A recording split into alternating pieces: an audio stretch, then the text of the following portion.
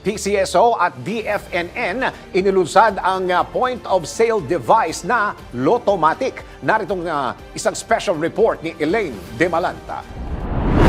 Sa isang makabagong hakbang para mapalawak ang lottery services sa Pilipinas, inilunsad ng Philippine Charity Sweepstakes Office o PCSO at DFNN ang Lotomatic. Isang portable point-of-sale device na layuning gawing mas accessible at mas mabilis ang pagbebenta ng mga opisyal na lottery tickets upang maiwasan ang mga iligal na operasyon at magbigay ng karagdagang pondo para sa mga charity at health programs ng gobyerno. Ayon kay PCSO General Manager Melquiades Robles, nahangad nilang may pamahagi ang 3,000 devices sa mga sari-sari store, pawn shop at iba pang maliliit na negosyo. Ang Lotomatic ay makukuha sa halagang 50,000 kasama ang 5,000 cash bond, 20,000 preload betting funds at marketing materials.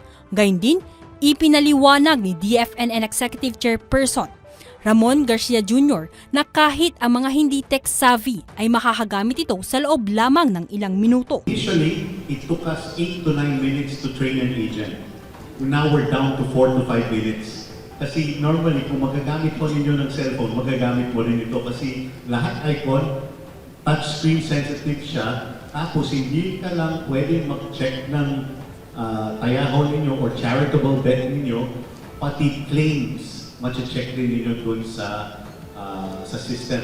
And unlike dati na medyo mabigat at maraming proseso to get your reports, lahat ng sales report mo, nandun na rin ho sa maliit na device yun. So yun ang tech innovation.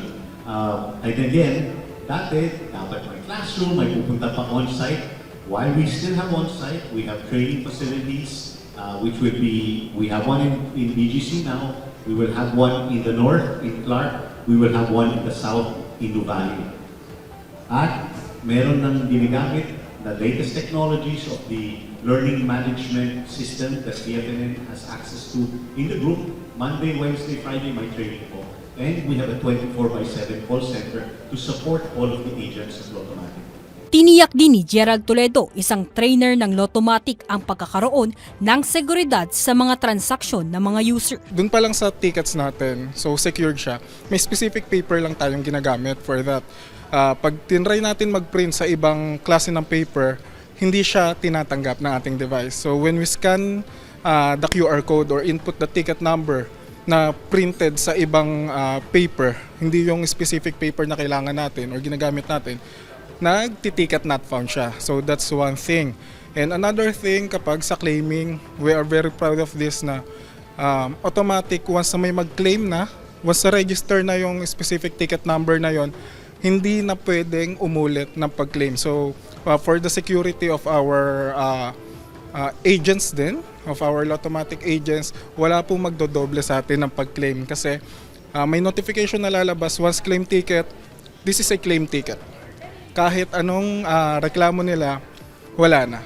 And sinasabi rin namin during training sessions na para maiwasan rin natin yun, para hindi na rin mag-circulate yung mga claimed tickets, already claimed winning tickets, we should keep it as an agent, di ba? Pwede nating papirmahan sa kanila, dun sa winner, then i-keep na natin para maiwasan natin na wala na talaga ang circulation ng claimed winning tickets. So that's just some ways of how paano namin bina-value at ina-ensure yung security ng ating agents and of course our players. Samantala, para sa mga interesado na maging Lotomatic agent, maaari mag-register sa www.lotomatic.com/agent. At sa pagsisimula ng Lotomatic, umaasa ang DFNN at PCSO na mas mapalawig pa ang access sa loto, hindi lamang sa mga urban na lugar, kundi pati na rin sa mga liblib na lugar. Mula dito, sa Shangri-La BGC, ako si Elaine De Malanta, nagbabalita ng tama, naglilingkod ng tama.